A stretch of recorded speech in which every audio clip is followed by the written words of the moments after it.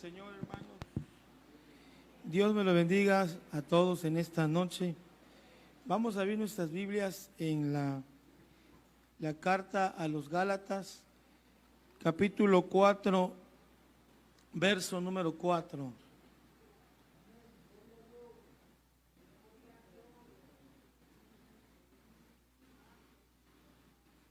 Gloria al Señor, hermano. Vamos a hablar en esta noche de la venida de Cristo. Gálatas 4:4. Siempre me ha sido grato, hermanos, predicarles acerca del nacimiento de Cristo en estos días que se aproxima. Y hoy quiero que una vez más estudiemos la importancia, hermanos, del nacimiento de Cristo nuestro Señor. Gálatas 4:4. Vamos a leerlo unidos. Dice: pero cuando vino el cumplimiento del tiempo, Dios envió a su Hijo, nacido de mujer y nacido bajo la ley, para que redimiese a los que estaban bajo la ley, a fin de que recibiésemos la adopción de hijos. Padre, en el nombre de Jesús, te damos gracias esta tarde que nos concedes, Señor, estar en tu presencia. Y hemos venido, Señor, para adorarte y bendecirte, pero también para escuchar tu palabra, para, Señor, ser edificados con ella. Yo te ruego que nos ayudes a presentarla, Señor, y esta noche puedas enseñarnos cada día más y más de tu palabra, Señor. Bendícenos, te lo ruego, te lo pido, Señor, enséñanos, que la palabra nos edifique, Señor, grandemente, abra nuestros sentidos, nuestros entendimientos, y cada uno pueda, Señor, despertar su fe en tu palabra, Señor. Gracias, yo creo que tú lo harás, Señor. Amén. Y amén, hermanos. Pueden sentarse, hermanos, esta noche. Quiero que juntos, hermanos, volvamos a pensar por qué la iglesia en estas épocas celebra no la fecha, no el día exacto, sino la ocasión de que Cristo nació. Y siempre ha habido polémicas, siempre ha habido debates, siempre ha habido, hermanos, críticas acerca de estas fiestas que se aproximan. Y hermanos, yo quisiera a ustedes y a la iglesia y a todos los hermanos que nos miran, dejarle claro por qué nosotros recordamos y celebramos el nacimiento de nuestro Señor Jesucristo. Y yo quiero que lo veamos en esta noche desde 4 puntos de vista, hermanos. Muy importante el nacimiento de Cristo. El verso que nos ocupa dice: pero cuando vino el cumplimiento del tiempo. Esto habla, hermanos, del cronos de Dios con el kairos del hombre, que son dos tiempos distintos. Dios en la eternidad, en su tiempo de Él, en su kairos, hermanos, concluyó en el tiempo, en el cronos del hombre. Acuérdense que la palabra cronos es la palabra que se usa para nosotros, que es cronos, para poder medir el tiempo. De ahí sale la palabra cronómetro, reloj y todo lo que se usa para poder medir el tiempo. Pero Dios, hermanos, en su kairos, en su tiempo, Él no tiene principio y fin. Así que en su eternidad, Él, hermanos, determinó en el tiempo del hombre enviar a su Hijo Jesucristo, dice, nacido de mujer y nacido bajo la ley, para que redimiese a los que estaban bajo la ley, a fin de que recibiésemos la adopción de hijos. Así que, hermanos, el nacimiento de Cristo, más bien la palabra Navidad, que ha sido el problema pues etimológico, gramatical, La palabra Navidad, hermanos, es decir nacimiento. O sea, mi Navidad fue el 11 de septiembre de tal año, mi nacimiento. Pero se ha hecho tantas cosas acerca de esta palabra, hermanos, que ha habido mucha controversia y tal vez muchos se han, ¿cómo decirle? Se han arraigado a la idea que la Navidad o el nacimiento de Dios, muchos lo han llevado hasta pagano, le han llamado diabólico, le han llamado babilónico y le han puesto varias cosas. Y a mí siempre me da tristeza escuchar a algún predicador que diga que la Navidad, o sea, el nacimiento de Cristo, es pagano, es babilónico y es todos los negativos que le ponen. Pero cuando nosotros venimos a la Escritura, este verso nos dice que el plan divino, la idea de que Cristo naciera, no es pagana, no es babilónica y no es de ninguna otra índole. Todo estuvo en el pensamiento de Dios.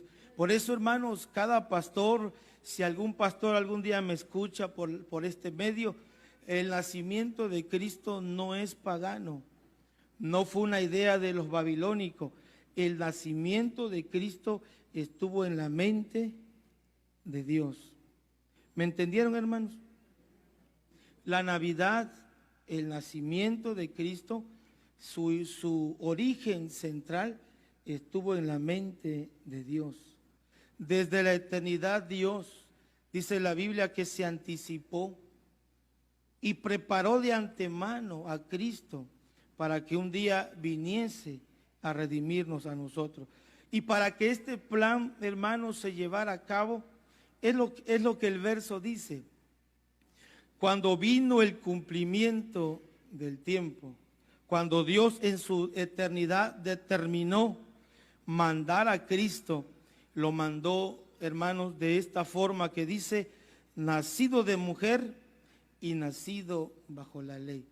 Cuando usted medita Primera de Timoteo capítulo 3, verso 16, dice ese verso, a mí me fascina y me lo he aprendido siempre, dice, e indiscutiblemente grande es el misterio de la piedad.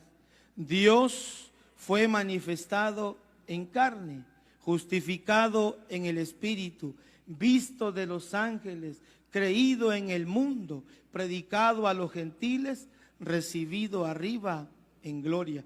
Pero dice, hermanos, que este misterio es indiscutible. Por eso nosotros no debemos andar discutiendo ni peleándonos, hermanos.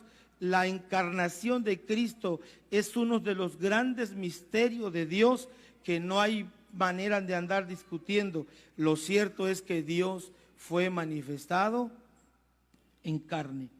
Fíjense que esto a mí me lleva a pensar que el nacimiento de Cristo nosotros podemos aplicarles cuatro reglas para que podamos entenderlo.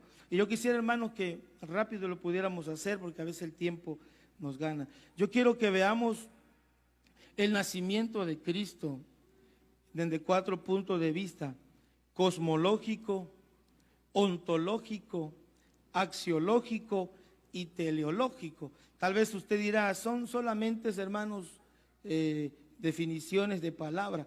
Cosmológico tiene que ver con la creación. Ontológico tiene que ver con el ser, como es Dios. Axiológico tiene que ver, hermanos, con su justicia. Y teleológico tiene que ver con su propósito definido. La Navidad o el nacimiento de Cristo, hermano, podemos estudiarlo desde estos 4 puntos de vista para poder entender el misterio de la piedad que Dios fue manifestado en carne. Fíjense que la palabra carne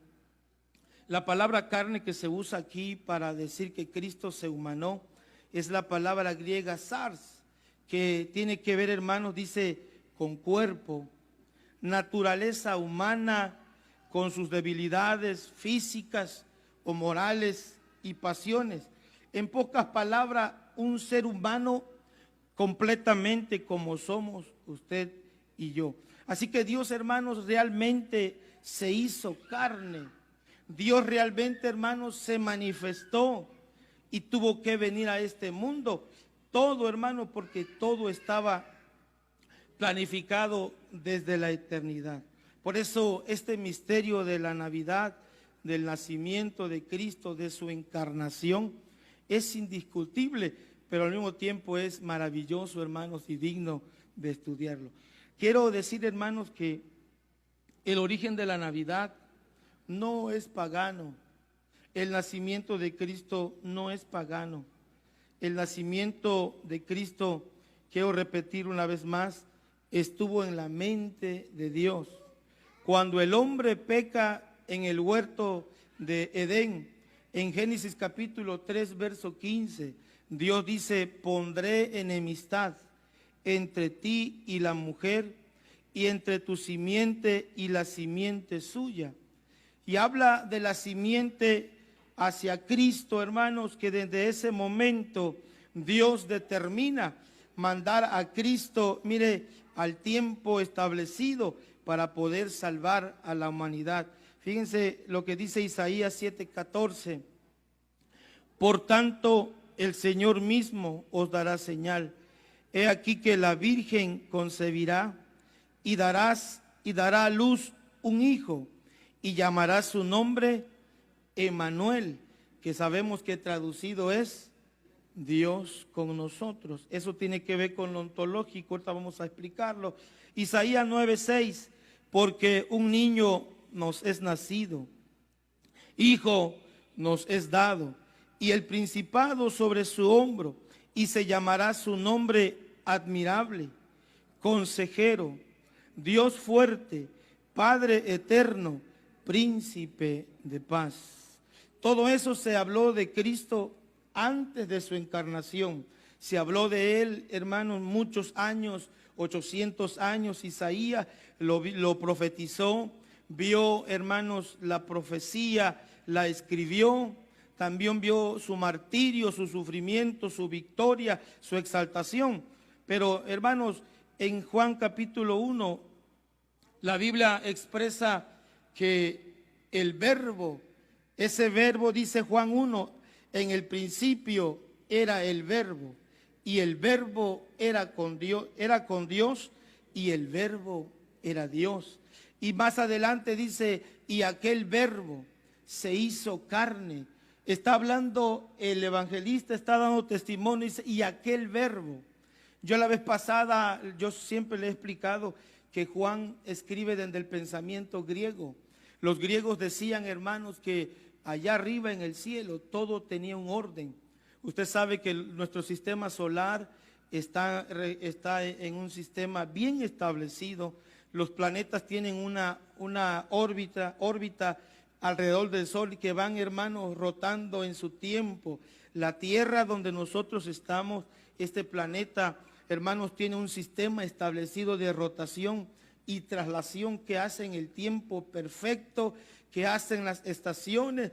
Todo, hermanos, mire, está en el cronos de Dios. Todo tiene un orden, hermanos. Cada año se repite el mismo ciclo y todo eso mantiene un orden. Las estrellas, los planetas y todo el universo, todo está regido por un orden establecido. Nada se sale de ese orden. Entonces los griegos decían, si allá arriba hay un orden, tiene que haber una mente que haya puesto ese orden. Y luego ellos decían también, bueno, y si existe una mente que colocó ese orden, debe de existir una palabra que controle ese orden. Y a esa palabra los griegos le llamaban logos.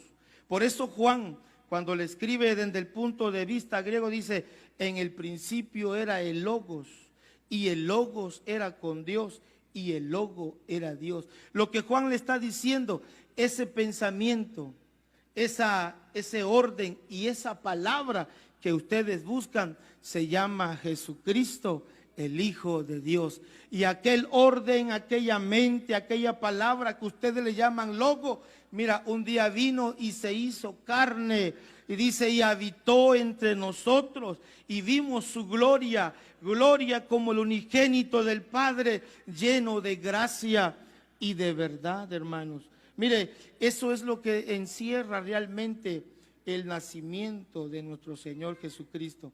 Por eso la Navidad, hermanos, es contemplar el plan divino de Dios. Yo en mi mente a veces no logro comprender cómo Dios quiso venir a este mundo al salvarnos, a dar la vida, hermanos, por cada uno de nosotros, nacer, pasar por todo lo que pasa una criatura. Mire, la Biblia dice en Hebreos 2, 14 y 15, por cuanto los hijos participaron de carne y de sangre, dice, Él también participó de lo mismo. Cristo, hermanos, pasó por lo mismo para salvarnos a cada uno de nosotros. Por eso, cuando llega el momento de Navidad, más que celebrar, más que disfrutar de las bendiciones, de los alimentos de la familia, mejor disfrutemos, hermanos, el hecho de que Dios vino a salvarnos y a redimirnos por su misericordia y por su gracia. Pero, hermanos, yo le decía que íbamos a aplicar 4 reglas. Fíjense que la Navidad, en primer lugar, o el nacimiento de Cristo, si lo vemos desde el punto de vista cosmológico, o sea, por lo creado, por todo lo creado, el Señor tuvo que nacer por causa de lo que Dios había creado. Dice la Biblia que de tal manera Dios amó al mundo. Y la palabra mundo en griego ahí usa la palabra cosmo. O sea que tiene que ver con todo lo creado. Tiene que ver con el universo, las estrellas, hermanos, los planetas. Pero específicamente la creación más grande de Dios es el hombre. Por eso dice la Biblia, porque de todo lo creado, Dios lo que más amó fue a su creación máxima, al ser humano. Dice la Biblia que nos hizo a imagen y semejanza de Él. El hombre lleva impresa en su personalidad la imagen de un Dios, hermanos, eterno y sublime. Y es tanto lo que Dios sintió amor por esta creación, que dice que dio a su Hijo unigénito para que todo aquel que en Él cree no se pierda, mas tenga vida eterna. Mire, si nosotros aplicamos esta regla cosmológica al propósito del nacimiento de Cristo, podemos entender que Dios no tan solo nos ama a nosotros infinitamente. Mire, yo cuando contemplo a Dios, yo creo que Dios a mí me ama apasionadamente. No sé usted cómo lo siente. A mí Dios, yo siento que Él me ama con un amor, como dice el profeta, con amor eterno te he amado. Mire, hermanos, Dios nos ama de una manera tan apasionada que a Él, hermanos, le dolió en su corazón que el hombre se haya perdido. Le dolió que toda la creación se haya corrompido, que todo se haya dañado, que todo se haya contaminado por el pecado, que Dios tuvo que enviar a Cristo a este mundo. No tan solo para redimir a la creación, no tan solo, hermanos, para limpiar, porque dice la Biblia que los cielos no son limpios delante de Él. Job dice que aún en sus ángeles notó necedad y nada puede estar limpio. Todo se había contaminado, los cielos se habían contaminado por el pecado, el hombre estaba contaminado. Y cuando Dios mira a su creación, a lo cosmológico, Él determina mandar a Cristo para redimirnos a toda la creación. Mire, Dios ama tanto el universo que Él pudo haber, hermanos, desaparecido todo a la voz de su palabra. Se hubiera acabado todo, el Señor hubiera destruido todo. Pero Dios, hermanos, no es así. Su amor es tan grande que Él preserva hasta el día de hoy la creación. Porque cuando Cristo nació, a eso vino, a redimir a todo lo creado, incluyendo al ser humano. Por eso que nosotros disfrutamos, hermanos, de este planeta. ¿Sabe ustedes que cada suspiro estamos gastando oxígeno? Cada suspiro que usted, cada momento que usted inhala, usted está consumiendo un recurso que es por la gracia de Dios. Él sustenta, dice la Biblia, nos sustenta por su gracia y su misericordia, porque Cristo, hermanos, nos amó de una manera tan grande. Por eso, hermanos, nosotros ahora, dice la Biblia, que la creación, aún la creación gime como mujer en parto, porque dice que quiere ser libertada de la corrupción, de todas las cosas que hay. Y no tan solo la creación misma gime, sino también nosotros gemimos de ser libertados a la libertad gloriosa de los hijos de Dios. Hermanos, así que la Navidad, el nacimiento de Cristo, el propósito cosmológico era redimir a toda la creación, incluyendo al ser humano. Ahora, desde el vista de punto ontológico, Dios no podía degradarse. La palabra ontológico es por el ser. Dios es un ser perfecto. La Biblia dice que Dios es espíritu, que Dios, hermanos, es eterno, es infinito. Y Él no podía, hermanos, hacer las cosas de otra manera. Tuvo que cambiar su ser, tuvo que adoptar y cambiar su manera para poder rescatar al hombre. ¿Y saben qué hizo el Señor? Filipenses capítulo 2, verso 5. Mire lo que hizo Dios allá arriba. Usted se lo sabe. Filipenses capítulo 2, verso 5. Habla de Cristo. Mire lo que sintió el Señor. Haya pues en vosotros este sentir que hubo también en Cristo Jesús.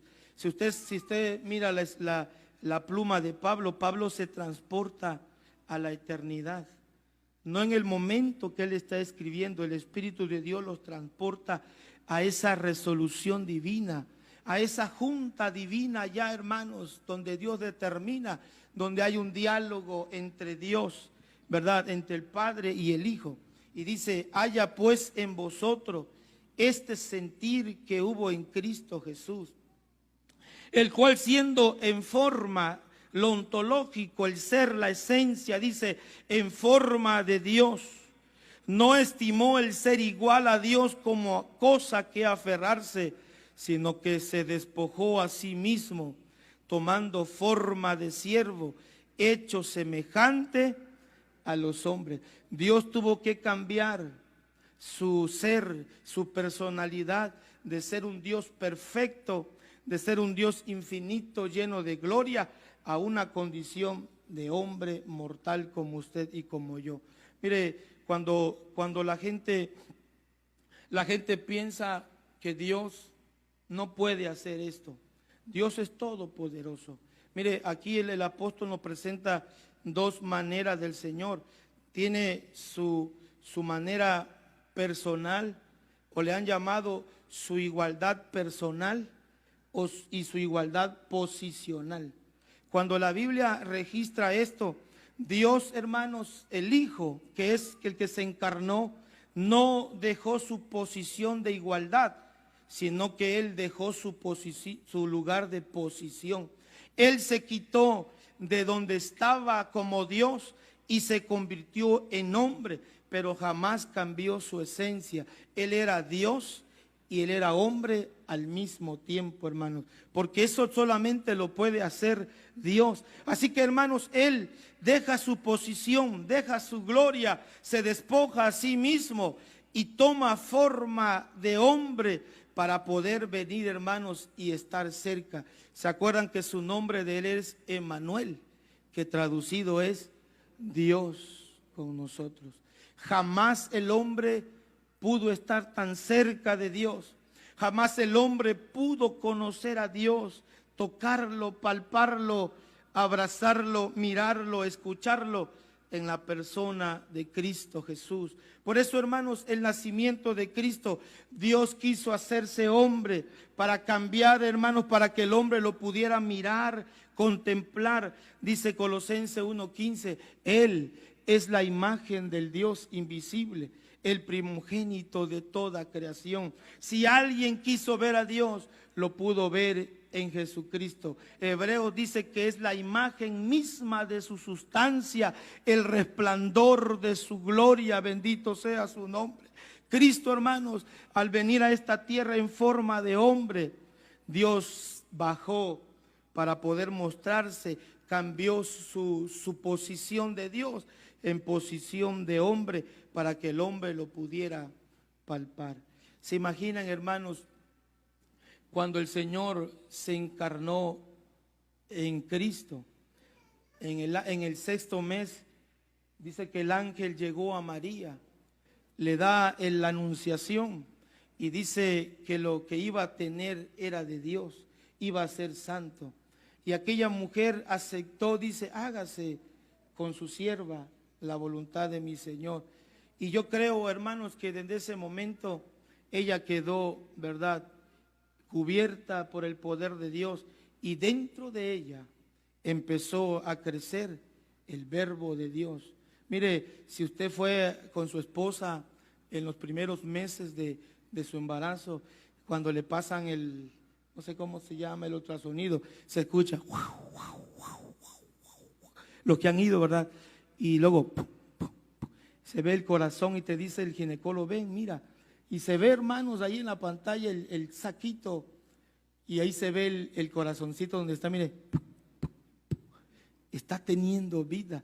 Pues ahí Cristo, hermanos, empezó a latir primeros meses, segundos meses, tercer mes, sexto mes. Usted sabe, la mujer empieza y el crecimiento del vientre, hermanos, la gestación, las pataditas, las patitas de los niños, ¿verdad? Y todo eso, hermanos, Cristo lo tuvo que hacer. Cambió su gloria y tuvo que pasar por todo eso.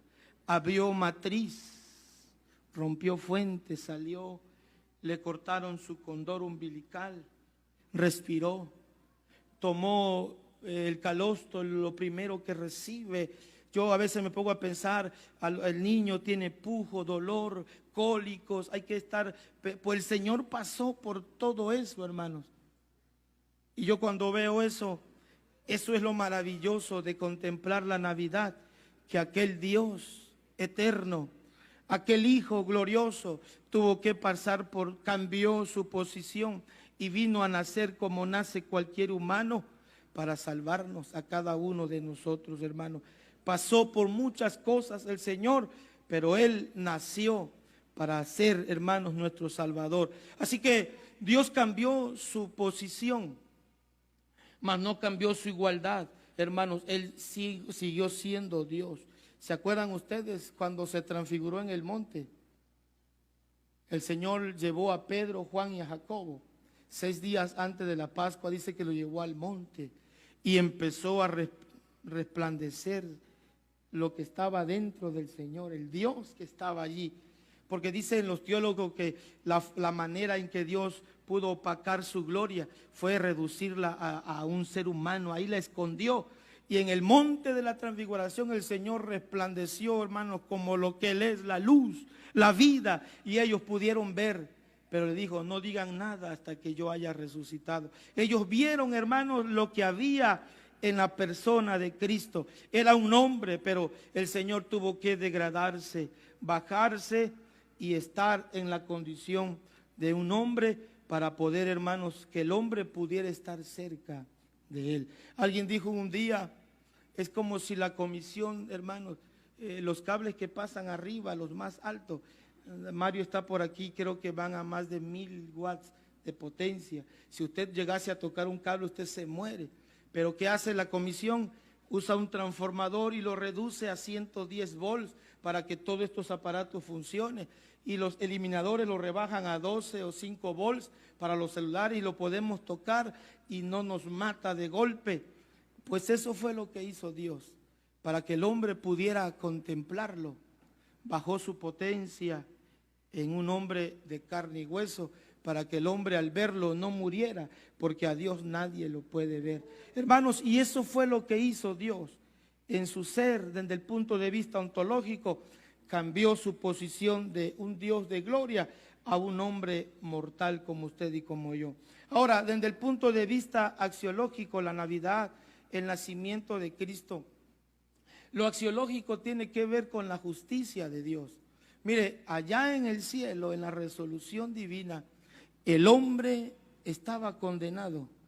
Dice la Biblia, por cuanto todos pecaron, todos estaban destituidos de la gloria de Dios. Esa era la resolución divina, y el pecado tiene una sentencia.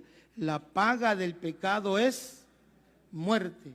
Así que eso demandaba la justicia, lo axiológico de Dios. Dios demandaba muerte por el pecado, castigo.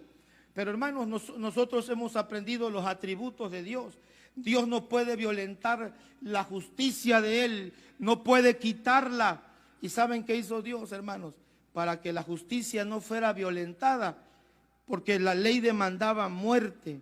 La ley demandaba, hermanos, paga capital para que se pudiera satisfacer la justicia divina.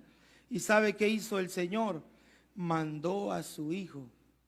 Dice la Biblia que ciertamente apenas morirá alguno por un justo. Romanos 5, 7, 8. Con todo pudiera ser que alguno osara morir por el bueno. Dice, mas Dios muestra su amor para con nosotros, en que siendo aún pecadores, Cristo murió por nosotros. Bendito sea su nombre. Eso, hermanos, por eso es la justicia de Dios. Dios demandaba muerte para el pecador, pero dice la Biblia que Dios envió a su Hijo para que Él, hermanos, nos justificara con su muerte. Él muriera en mi lugar, en el lugar de usted, en el lugar de todos nosotros. Por eso Él se encarnó para que pudiera hacerlo. Vamos a leer algunos versos. Mire, Romanos capítulo 8, verso 3. Porque lo que era imposible para la ley, por cuanto era débil por la carne. Mire qué hizo Dios. Dios, enviando a su Hijo en semejanza de carne de pecado, y a causa del pecado condenó el pecado en la carne. Dios envió a su Hijo en semejanza de carne, para que en ese cuerpo de carne el pecado pudiera ser pagado y el hombre pudiera obtener la justificación, fuera, hermano, justo delante de Dios. Primera de Juan capítulo 4, verso 9 y 10. Bendito sea el Señor para siempre. Dice, hermanos, Primera de Juan 4, 9 y 10. En esto se mostró el amor de Dios para con nosotros, en que Dios envió a su Hijo unigénito al mundo para que vivamos por Él. En esto consiste el amor, no que en nosotros hayamos amado a Dios, sino que Él nos amó a nosotros y envió a su Hijo en propiciación por nuestros pecados. Así que cuando Dios demanda justicia, muerte, Cristo viene y satisface muriendo por nosotros. Dios se hace carne, se transforma en carne. Mire, hay un pasaje en Hebreos que a mí me gusta mucho leerlo. Hebreos capítulo 10, verso número 5. Mire lo que hizo Cristo por nosotros para satisfacer la justicia de Dios, para que Dios, hermanos, pudiera quedar satisfecho. Hebreos capítulo 10, por lo cual, verso 5, entrando en el mundo, dice, Jesucristo, hermanos, deja la esfera celestial y dice que ahora viene a este mundo, entra en esta esfera humana y dice, sacrificio y ofrenda no quisiste, mas me preparaste cuerpo. Está citando el Salmo 46, dice, ofrenda y sacrificio por el pecado no quisiste, has abierto mis oídos. Dicen los teólogos, hermanos, que esos son los versos encriptados, que no pudieron ser revelados hasta el tiempo de Cristo. Cuando alguien leía ese verso no entendía por qué la Biblia dice, ofrendas y sacrificio no quisiste, has abierto mis oídos. Porque, hermanos, estaba encriptado hasta el tiempo que Cristo apareciera. Y aquí en la revelación dice, sacrificio, ofrenda no quisiste, más cambia ese y da la interpretación, quita lo oculto, dice, más me preparaste cuerpo. Y está citando este salmo, hermano, porque dice que cuando un esclavo Llegaba su tiempo de liberación, tenía que irse. El amo le decía: eres libre, puedes irte, has terminado tu tiempo, vete, eres libre, yo ya no tengo potestad sobre ti. Pero dice que aquel esclavo decía: Señor, yo no quiero irme de tu lado, yo te amo y quiero voluntariamente servirte hasta mis últimos días, quiero ser para siempre tu siervo, tu esclavo. Entonces este amo agarraba y llamaba a los ancianos del pueblo y lo llevaban y le decía: mira, yo a él le di la libertad, pero él no quiere irse. Y agarraban, hermanos, y le horadaban su oreja como símbolo de que voluntariamente él se rendía como esclavo a su amo. Pues esa es la figura que Cristo hizo, hermano. Dice que el Señor voluntariamente, y mire, vamos a leerlo: sacrificio y ofrenda no quisiste, mas me preparaste cuerpo. Holocaustos y expiaciones por el pecado no te agradaron. Entonces dije: he aquí que vengo, oh Dios, para hacer tu voluntad, como en el rollo del libro está escrito de mí, diciendo: primero sacrificio, ofrenda y holocaustos y expiaciones por el pecado no quisiste, ni te agradaron, las cuales cosas se ofrecen según la ley. Y diciendo luego: he aquí vengo, oh Dios, para hacer tu voluntad. Quítalo primero para establecer esto último. Escuche el verso 10. En esa voluntad, bendito sea su nombre para siempre. En esa voluntad, hermano, dice, cuando Cristo decide, Él dice: mira, yo sé que no te agradan ya los sacrificios y ahora me has preparado un cuerpo. Yo quiero hacer ahora lo que tú dices, Padre. Y dice: en esa voluntad, cuando Cristo se rinde, hermano, y dice: yo lo voy a hacer, en esa voluntad somos santificados mediante la ofrenda del cuerpo de Jesucristo, hecha una vez para siempre. Por eso dice el himno: gloria cantemos al Redentor, ¿verdad? Que por nosotros quiso morir. En esa voluntad, hermanos, Cristo quiso morir para satisfacer la justicia de Dios. No quieres holocaustos, no quieres sacrificio por el pecado. Yo entrego mi vida para que todos nosotros pudiéramos ser salvos, hermanos, en su amor. Así que se manifestó el atributo de la justicia, pero se manifestó el atributo de su amor. Y los dos, hermanos, no pueden contradecirse. El amor de Dios satisfizo la justicia que Dios demandaba, porque sin derramamiento de sangre no se hacía remisión de pecado.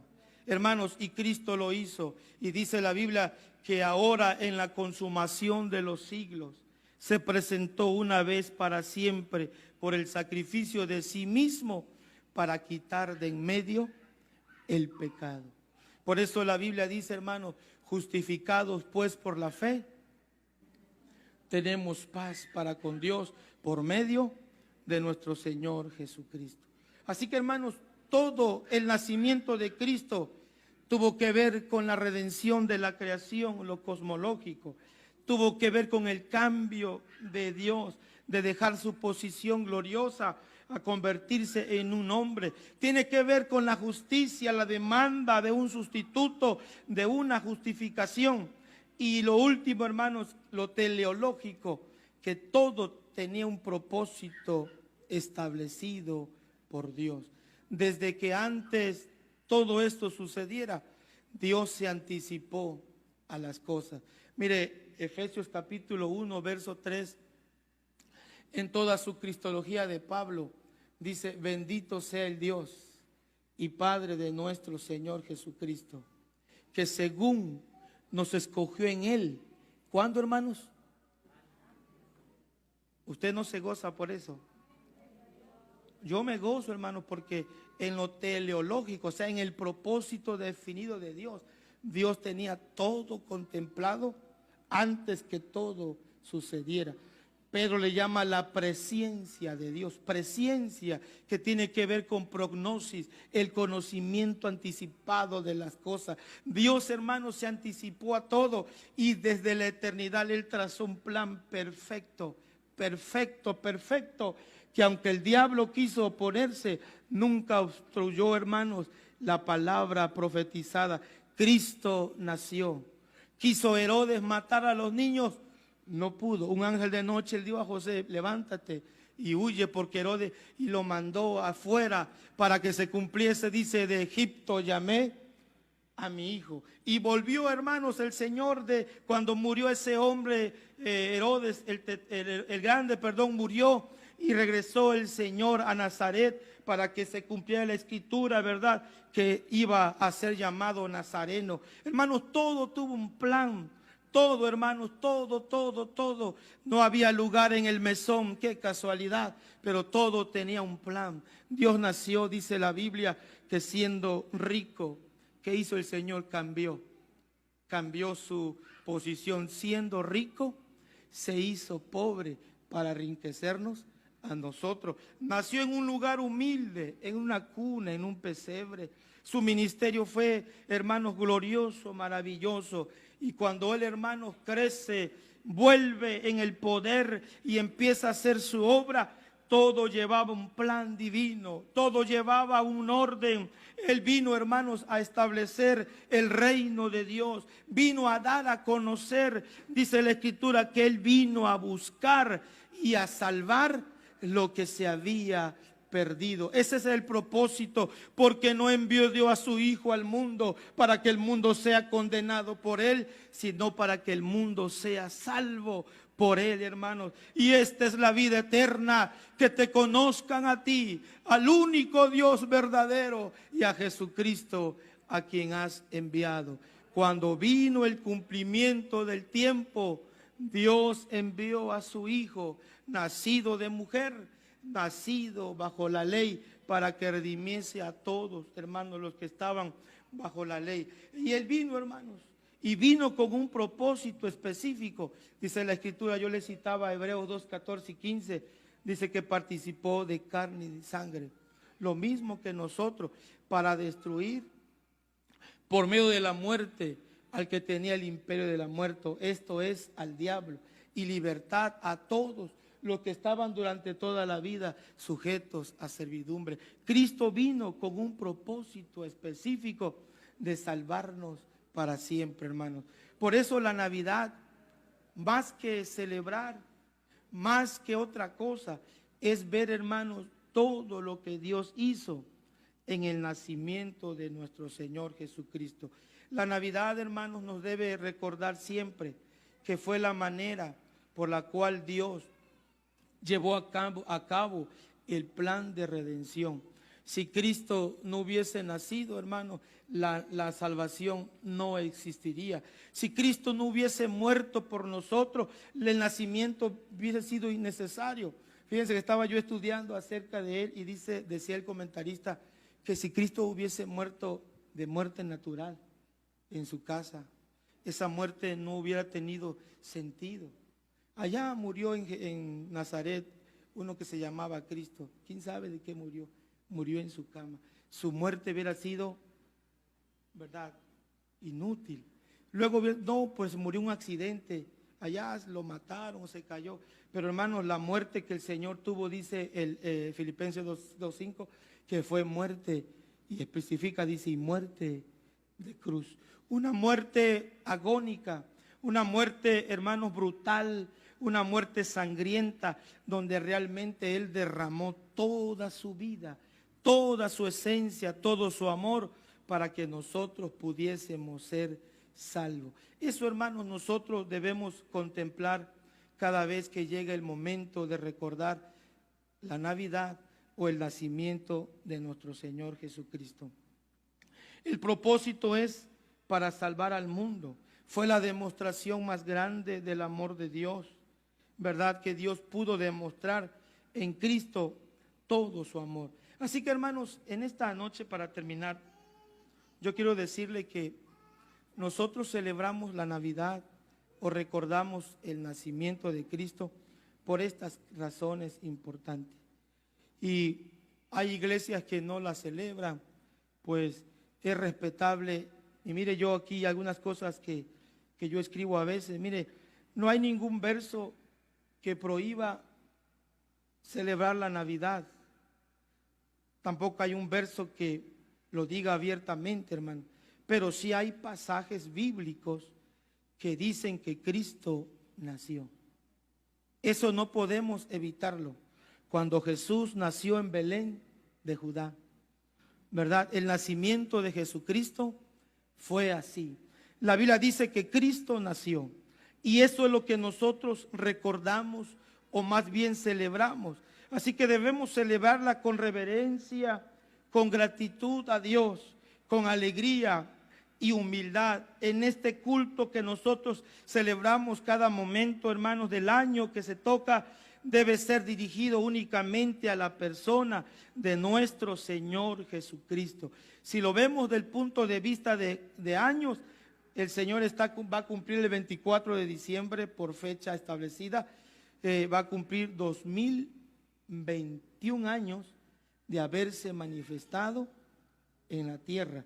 Así que vamos a celebrar 2021 años que el Señor se hizo carne y habitó entre nosotros, dice. Así que debemos celebrarla, hermanos, con gozo y alegría, porque ese es el propósito de la Navidad, que Cristo nació para salvarnos a todos nosotros. Y sin más preámbulo, hermanos, tal vez algunos dirán, bueno, hermano, ¿y qué del arbolito de Navidad? ¿Qué de las esferas? ¿Qué de las noches buenas? ¿Qué de los duendes? ¿Qué más ponen, hermanos? Todo eso que nosotros vemos. Yo siempre he dicho, eso es otra cosa. La Navidad correcta es la que yo le estoy presentando. Que Cristo vino a este mundo y nació como nace todo ser humano para que nosotros fuésemos salvos.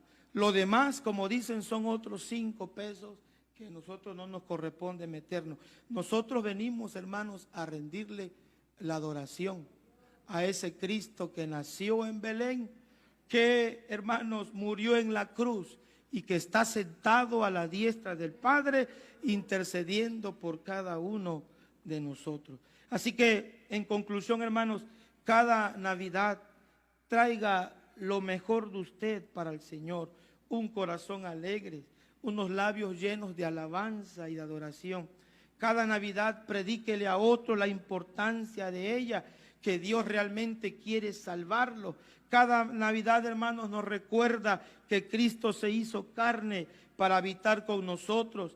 Él nos conoce, Él conoce nuestras debilidades, nuestras flaquezas, nuestras emociones. Él está dispuesto a comprendernos porque Él se hizo semejante a nosotros. Dice Hebreos que no tenemos un sacerdote que no pueda compadecerse de nosotros, sino uno que fue hecho semejante a nosotros, hermanos, tentado en todo, pero sin pecado. Dice, acerquémonos pues confiadamente al trono de la gracia para alcanzar misericordia y hallar gracia para el oportuno socorro. Cristo se hizo carne, probó lo que es estar aquí y te comprende, nos comprende, y Él sabe tu dolor, sabe tu necesidad, y Él está dispuesto a socorrerte si vienes realmente y estás en Él, hermano. Así que, hermanos, la Navidad estuvo en la mente de Dios, no es pagana, no es babilónica, no se le ocurrió a los católicos, al Papa, no, ni a nadie. La Navidad, el nacimiento de Cristo estuvo en la mente de Dios desde la eternidad. El nacimiento de Cristo es divino, hermano, con un propósito específico para satisfacer la justicia de Dios, para llevar a cabo el plan específico, para que Dios pudiera acercarse al hombre y para que toda la creación, incluyendo al ser humano, fuésemos redimidos en el niño del pesebre, en el niño que nació en Belén, hermanos. Gracias al Señor, hermanos. Cuando vino el cumplimiento del tiempo, Dios envió a su Hijo, nacido de mujer y nacido bajo la ley, para que nos redimiese a todos. Esa es la Navidad que nosotros debemos celebrar, hermano. No se contamine con otras cosas. no engañe a sus hijos diciéndole que ese panzón gordo del coco rojo, ¿verdad?, le va a traer su regalo. No infecte su casa de duendes, hermanos. Dice la Biblia en Efesios que nosotros no participemos en las obras infructuosas de las tinieblas, más bien, dice, repréndanla, no se contaminen, dejen que el mundo celebre a como quiera. Nosotros celebramos la ocasión de que Cristo nació, hermano. Dios me lo bendiga a todos.